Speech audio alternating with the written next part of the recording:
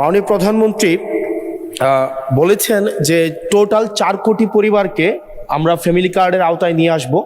আমরা যদি 4 কোটি পরিবারকে আমরা ফ্যামিলি কার্ডের আওতায় নিয়ে আসি, তাহলে আমাদের 1,20,000 কোটি টাকা মাননীয় স্পিকার আমাদের টোটাল হচ্ছে খরচ হবে, এবং প্রসিজারাল কস্ট সহ সেখানে 1,34,000 কোটি টাকা হচ্ছে আমাদের বার্ষিক খরচ হচ্ছে। আবার গত সপ্তাহে মাননীয় স্পিকার আমরা ফার্মার্স কার্ডের বিষয়ে জানলাম যে 2,75,00,000 ফার্মার্সকে আমরা ফার্মার্স কার্ডের অধীনে আমরা নিয়ে আসবো। মাননীয় সদস্য সরাসরি প্রশ্ন করুন, ভূমিকা বাদ দেন, প্রশ্ন করুন। তো সেখানে 6,875 কোটি টাকা, যেখানে প্রসিজারাল কস্ট সহ 7,000 কোটি টাকা মাননীয় স্পিকার খরচ হচ্ছে। অর্থাৎ মাননীয় প্রধানমন্ত্রীর কাছে আমার প্রশ্ন, এই পদক্ষেপগুলো নিঃসন্দেহে মানুষকে সংযোগ করেছে, মানুষ সেগুলোর প্রতি আকৃষ্ট হয়েছে, কিন্তু আমার প্রশ্নটি হচ্ছে আমরা 1,40,000 কোটি টাকা প্রত্যেক বছরে যদি একটা নির্ভরশীল অর্থনীতির খাতে আমরা বিনিয়োগ করি, সেক্ষেত্রে এটা কতটা হচ্ছে আমাদের অর্থনীতিকে স্বনির্ভর করবে, এবং এই অর্থটা কি আমরা সোশ্যাল সেফটি নেটসের যেই খাতগুলো এখন বর্তমানে বিদ্যমান রয়েছে সেগুলো থেকে কেটে এনে আমরা সেখানে বরাদ্দ দিচ্ছি, নাকি হচ্ছে আমরা নতুন করে আমরা এই খাতগুলোতে টাকা দিচ্ছি? যদি নতুন করে দেই সেক্ষেত্রে মুদ্রাস্ফীতি ঘটার সম্ভাবনা রয়েছে কিনা সেটি পরীক্ষা করা হয়েছে কিনা, এটি আমার প্রশ্ন। ধন্যবাদ মাননীয় স্পিকার। মাননীয় প্রধানমন্ত্রী। ধন্যবাদ মাননীয় স্পিকার। মাননীয় স্পিকার, মাননীয় প্রধানমন্ত্রী মাত্র যে উত্তরটি দিয়েছেন, নারীদের সামগ্রিক উন্নতির জন্য, অর্থনৈতিক উন্নতির জন্য যেসব পদক্ষেপগুলো নিয়েছেন, সেসব পদক্ষেপের 5 নম্বর প্যারাগ্রাফের আলোকে মাননীয় স্পিকার আমার সম্পূরক প্রশ্ন। মাননীয় প্রধানমন্ত্রী বলেছেন যে টোটাল 4 কোটি পরিবারকে আমরা ফ্যামিলি কার্ডের আওতায় নিয়ে আসব। আমরা যদি 4 কোটি পরিবারকে আমরা ফ্যামিলি কার্ডের আওতায় নিয়ে আসি, তাহলে আমাদের 1,20,000 কোটি টাকা মাননীয় স্পিকার আমাদের টোটাল হচ্ছে খরচ হবে, এবং প্রসিজারাল কস্ট সহ সেখানে 1,34,000 কোটি টাকা হচ্ছে আমাদের বার্ষিক খরচ হচ্ছে। আবার গত সপ্তাহে মাননীয় স্পিকার আমরা ফার্মার্স কার্ডের বিষয়ে জানলাম যে 2,75,00,000 ফার্মার্সকে আমরা ফার্মার্স কার্ডের অধীনে আমরা নিয়ে আসবো। মাননীয় সদস্য সরাসরি প্রশ্ন করুন, ভূমিকা বাদ দেন, প্রশ্ন করুন। তো সেখানে 6,875 কোটি টাকা, যেখানে প্রসিজারাল কস্ট সহ 7,000 কোটি টাকা মাননীয় স্পিকার খরচ হচ্ছে।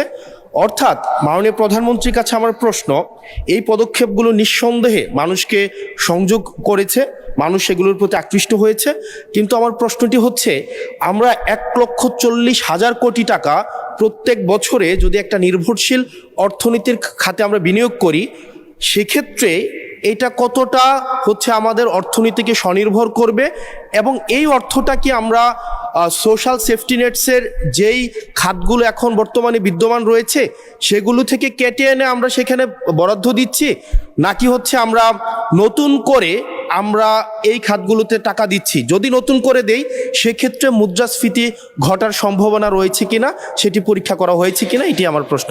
ধন্যবাদ মাননীয় স্পিকার। মাননীয় প্রধানমন্ত্রী।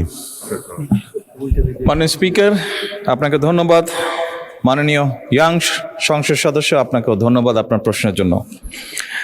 অবশ্যই আল্লাহর কাছে শুকরিয়া, আলহামদুলিল্লাহ, যে আমরা যে ফ্যামিলি কার্ডের কথা জনগণকে বলেছিলাম নির্বাচনের পূর্বে, সেই ফ্যামিলি কার্ডটি মানুষ গ্রহণ করেছে, এবং আপনি নিজেও সাক্ষী,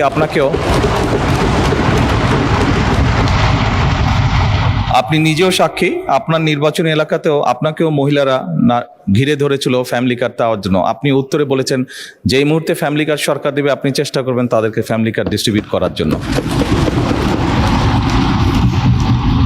মাননীয় সংসদ সদস্য, আপনি নিশ্চয়ই এটি অনুধাবন করতে পারবেন যে 4 কোটি পরিবারকে আমরা ফ্যামিলি কার্ড দিব। আমরা পর্যায়ক্রমিকভাবে সরকার এটা দেবে। পৃথিবীর কোনো সরকারের পক্ষেই একবারে এটি করা সম্ভব না। এই ডাটাগুলো কালেক্ট করতে হবে, কার কি অবস্থা, প্রত্যেকটা ফ্যামিলি ডাটা কালেক্ট করবে, পর্যায়ক্রমিকভাবে আমরা দিব। এবং প্রথম স্টেজে আমরা যারা ভালনারেবল ফ্যামিলি আমরা তাদেরকে এই কার্ডগুলো দিব। কাজেই ধীরে ধীরে আমরা বাজেটটি তৈরি করব, এবং ধীরে ধীরেই আমরা কার্ড দেওয়ার সংখ্যাটা ধীরে ধীরে আমরা বাড়াবো।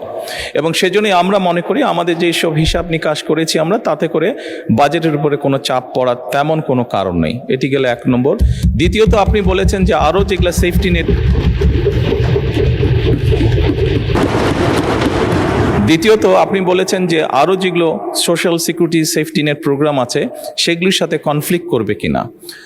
মাননীয় সংসদ সদস্য, আপনি যদি দেখেন এই মুহূর্তে যে কটি ধরনের ডিফারেন্ট কাইন্ডের এই ধরনের প্রোগ্রাম আছে, আপনি যদি সবগুলোর অর্থ সহযোগিতা অ্যাড করেন দেখবেন যে ফ্যামিলি কার্ডে যেই 2,500 টাকা দেওয়া হচ্ছে সবগুলো অ্যাড করলে সেটার পরিমাণ না, অর্থাৎ ফ্যামিলি কার্ডে যেই সহযোগিতা দেওয়া হচ্ছে টাকার ভলিউমে সেটা সবচেয়ে বেশি ভলিউমে বেশি 2,500 টাকা কোনোটাই। সবগুলোকে একজন মানুষকে যদি সবগুলো সুবিধা দেন এই মুহূর্তে যেগুলো চালু আছে, তাহলে একজন লোক 2,500 টাকার কম পাচ্ছে, বেশি পাচ্ছে না। এবং এর মধ্যে আমরা দেখেছি, এর মধ্যে রিসার্চ করে অনেকগুলো মানুষ আছে বা অনেকগুলো ব্যক্তি আছেন যাদের উপরে রিপিটেশন হচ্ছে, যে একই সুবিধা কয়েকটি সুবিধা একজন ব্যক্তি পাচ্ছেন। তো সেগুলোকে আমরা কাট ডাউন করবো, সবগুলোকে আমরা কাট ডাউন করবো না, যেগুলো রিপিটেশন হচ্ছে সেগুলোকে আমরা কাট ডাউন করবো। এভাবেই করে আমরা ধীরে ধীরে নিয়ে যাব। আর আপনি ইনফ্লেশনের কথা বলেছেন, আমরা অবশ্যই টাকা ছাপিয়ে দিচ্ছি না, আমরা টাকা ছাপিয়ে দিব না, বরঞ্চ আমরা মনে করি এতে ইনফ্লেশনটা কমে আসবে। কারণ আপনি চিন্তা করুন, যখন সে 2,500 টাকা পাচ্ছে, এর মধ্যে নিশ্চয়ই যারা পেয়েছে আপনি দেখেছেন যে তাদের ভিডিওতে দেখেছেন তাদের রিয়াকশনগুলো কি করবে তারা। কেউ বলেছে জামা কাপড় কিনবে, কেউ বলেছে বইয়ের বাচ্চার জন্য বই কিনবে, কেউ বলেছে ফ্যামিলির প্রয়োজনীয় জিনিস ক্রয় করবে। তার মানে আপনি দেখুন, যেই মানুষগুলো পাচ্ছে এরা কিন্তু কোনো ব্র্যান্ডেড জিনিস ব্যবহার করে না। আমরা সবাই একটু অ্যাফোর্ড করতে বলে যে ব্র্যান্ডেড বিদেশি জিনিস ব্যবহার করি। এই মানুষগুলো কিন্তু যেসব জিনিস ব্যবহার করে সেগুলো কিন্তু তাদের প্রয়োজনীয় জিনিস ব্যবহার করে, এবং তারা যেই জিনিসগুলো ব্যবহার করে অধিকাংশই দেশীয় কলকারখানা, দেশেই উৎপাদিত হয়।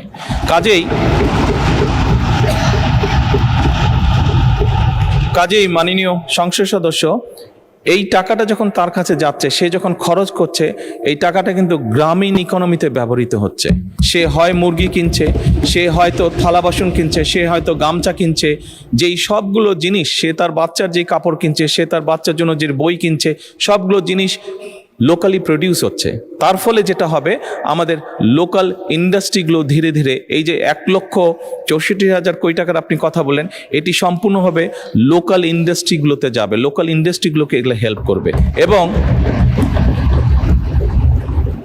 এবং স্বাভাবিকভাবে যখন একটি গ্রামে যখন অনেকগুলো ফ্যামিলি, অনেকগুলো মহিলা এই কার্ডটি পাবেন, তারা যখন যেই দোকানে গিয়ে সদাই করবেন, তারা জিনিসপত্র কিনবেন, সেই দোকানে আপনি খোঁজ করে দেখুন, এখন হয়তো একজন হেল্পার আছে দোকানের, তার স্টাফ হয়তো একজন আছে, কিন্তু আপনি 3 মাস পরে বা 6 মাস পরে দেখবেন তার স্টাফ 2 জন হয়ে গেছে।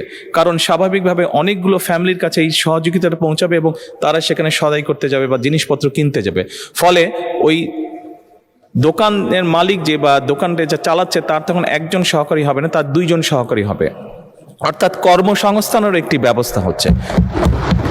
একদিকে যেরকম এইটা এক কাইন্ড অফ ইনভেস্টমেন্ট, স্টেট, রাষ্ট্রের একটা ইনভেস্টমেন্ট, যে ইনভেস্টমেন্টের মাধ্যমে ধীরে ধীরে লোকাল শিল্পগুলো গড়ে উঠবে, যে ইনভেস্টমেন্টের মাধ্যমে ধীরে ধীরে কর্মসংস্থানও গড়ে উঠবে। সেই জন্যই আমাদের হিসাব বলছে ইনফ্লেশন বরং কমবে, বাড়বে না। মাননীয় সংসদ সদস্য, ধন্যবাদ আপনার প্রশ্নের জন্য।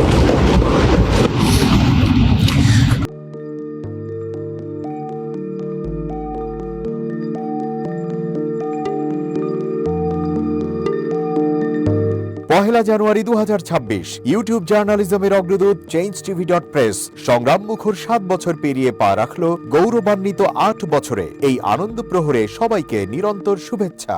আমি নিজেকে ধন্যবাদ মনে করি, আমি সৌভাগ্যবান।